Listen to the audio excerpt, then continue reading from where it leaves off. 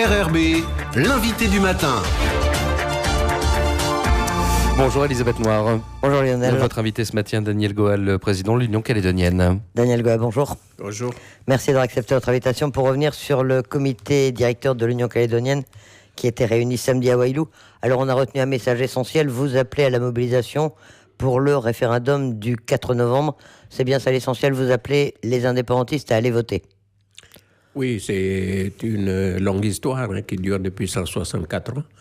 Donc, on a vu tous nos aînés monter au combat, d'abord contre les garnisons de militaires, ce sont des combats isolés. Et puis, dans les années 80, on a commencé à organiser politiquement pour revendiquer l'indépendance et la dignité du peuple kanak. Et aujourd'hui, on arrive au terme de ce combat-là. Donc, évidemment que tout le peuple kanak, il est invité à aller voter. Parce que, comme on dit, un peuple kanak qui perd uni, c'est un peuple kanak qui a été mis en minorité. Mais un peuple kanak qui perd parce qu'il est désuni, c'est un peuple kanak que l'ONU ne mérite même pas de venir s'inquiéter sur notre sort. Oui, ça c'est une phrase que vous dites dans votre discours d'ouverture du comité directeur. Vous allez être désunis, puisqu'il y en a qui appellent à ne pas participer le 4 novembre. C'est la responsabilité des partis indépendantistes qui décident de ne pas aller aux élections. Nous disons qu'il faut aller déconnecter les décisions d'un mouvement politique pour aller contacter directement les militants là où ils sont. Parce que dans le parti concerné, il y a des familles, il y a des membres des familles dans lesquels ils sont les gens du FLNKS. Et on ne peut pas penser qu'il y a un frère qui va voter puis l'autre qui dit le contraire. Donc c'est à chacun de nous, les membres du FLNKS, d'aller rencontrer nos familles et leur demander, discuter avec eux, les convaincre de venir voter, parce qu'il y va de notre responsabilité face au combat du peuple kanak. Alors c'est le Parti travailliste qui appelle à cette non-participation massive. Vous ne comprenez pas son attitude, vous estimez, vous l'accusez en fait de préparer déjà les provinciales, quoi. J'ai pas dit ça, mais on peut penser que c'est comme ça. Je crois que c'est dit dans le discours. Je pense que c'est comme ça qu'on peut penser, parce que je vois pas d'intérêt à ne pas aller voter sous le prétexte que les gens ne sont pas inscrits sur la liste. Parce que je pense que les gens qui ont mené ce travail de terrain pour aller inscrire les gens sur la liste, ce sont des gens du FLNKS qui vont aller voter. Et donc c'est surprenant qu'il y a d'autres qui exploitent et puis qui n'ont pas fait le travail de terrain. Vous ne contestez pas la liste spéciale pour la consultation. Vous êtes d'accord avec la manière dont elle est constituée aujourd'hui? J'aurais l'air fin, moi, de contester une liste qui n'inscrit pas 3000 personnes, alors qu'il y a 40 000 personnes qui ne vont pas voter, puis que je ne vais pas les toucher pour venir voter, et qui sont déjà inscrits. Mais alors pourtant, dans ce discours d'ouverture, toujours, vous dites des choses qui ressemblent à ce que dit le Parti travailliste, notamment que les jeunes Kanaks n'ont aucune place aujourd'hui en Nouvelle-Calédonie, que le Kanak n'est toujours pas reconnu après 164 ans de colonisation, etc. Tout ce discours, c'est ce que dit Louis Cotraille-Regueil pour justifier cette non-participation. Pour vous, ce n'est pas un élément déterminant? Non, je pense que lui, le président du Parti travailliste, après, ils amènent la réflexion à leur façon. Moi, je ne suis pas dans le Parti travailliste, mais je regrette que la décision aboutisse à une telle conclusion, parce que je pense que notre responsabilité à nous, le peuple kanak, c'est de conclure un combat qui dure 164 ans, et que là, on arrive au terme. C'est à nous de le finir avec sérénité. Et puis, je dirais même qu'on est face à un grand défi qui n'a jamais été offert au peuple kanak. C'est aujourd'hui qu'il faut y répondre. Alors, encore un mot, vous dites, sur ce sujet-là, vous dites, on n'est pas au Parti travailliste, non, mais les élus du Parti travailliste sont dans le groupe UC, FLNKS et FCAiste au Congrès de la Nouvelle-Calédonie. Il n'y a pas une ambiguïté, là?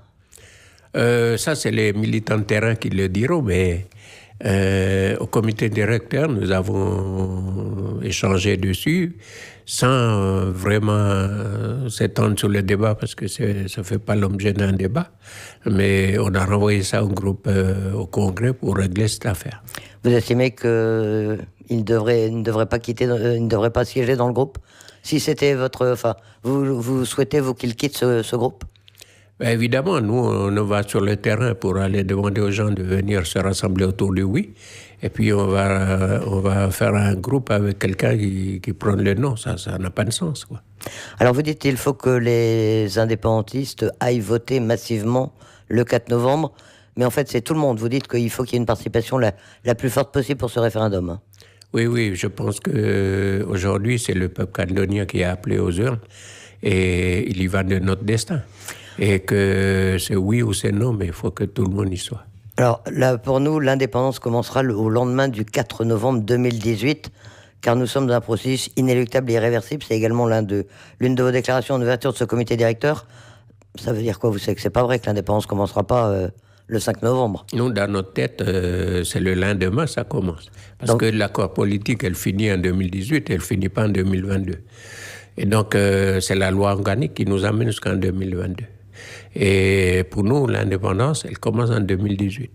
Et ensuite, c'est dans notre tête et c'est dans nos actes. Parce que nous allons partout porter notre projet de société. Nous allons harceler les familles dans nos boîtes aux lettres. Nous allons aller voir les gens. Nous allons dire, mais voilà notre projet de société. Il est complet. Il répond au fur et à mesure de vos interrogations aux questions que vous vous posez. Ben, nous irons tous les jours pour dire qu'en 2020, et que si ce n'est pas fait en 2020, ce sera en 2022, nous irons jusqu'au bout. Mais le projet de société, c'est l'outil avec lequel nous déclarons indépendants. Dans votre tête, mais dans les urnes, vous savez que c'est le non qui va l'emporter le 4 novembre. Est-ce que il ne va pas y avoir une incompréhension de la part de vos militants, de leur faire croire que...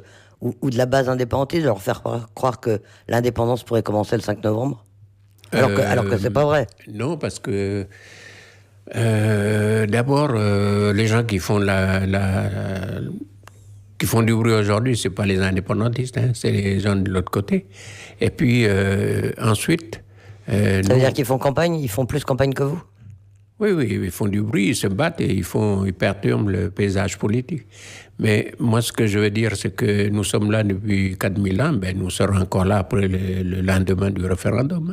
Donc le combat pour l'indépendance, pour nous, il est sans fin jusqu'au jour de l'indépendance. C'est pour ça qu'on dit qu'il est inéluctable. Vous faites comme beaucoup font campagne pour un non massif.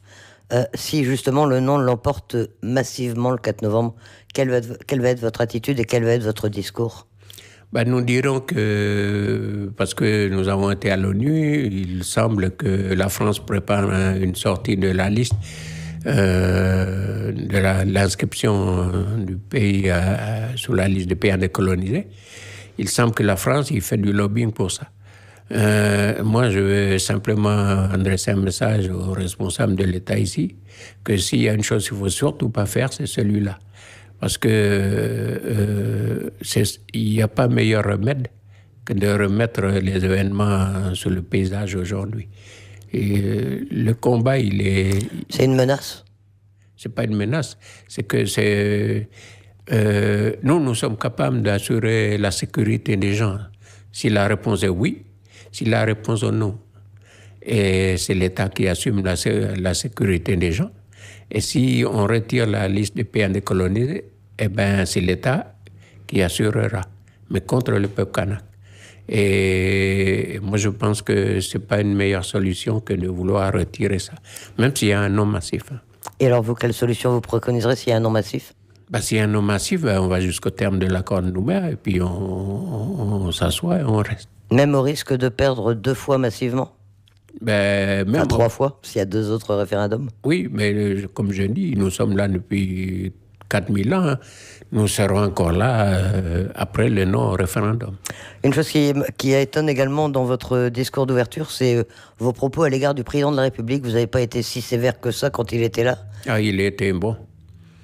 Il était bon pour servir la salade à tout le monde. Mais on a trouvé de quoi se satisfaire. Mais quand on regarde les messages qui passent, il veut que la Calédonie reste française. Et quand on va un peu regarder autour dans la région Pacifique, on voit bien que c'est l'Australie qui est la plaque tournante de la région et non pas la Calédonie.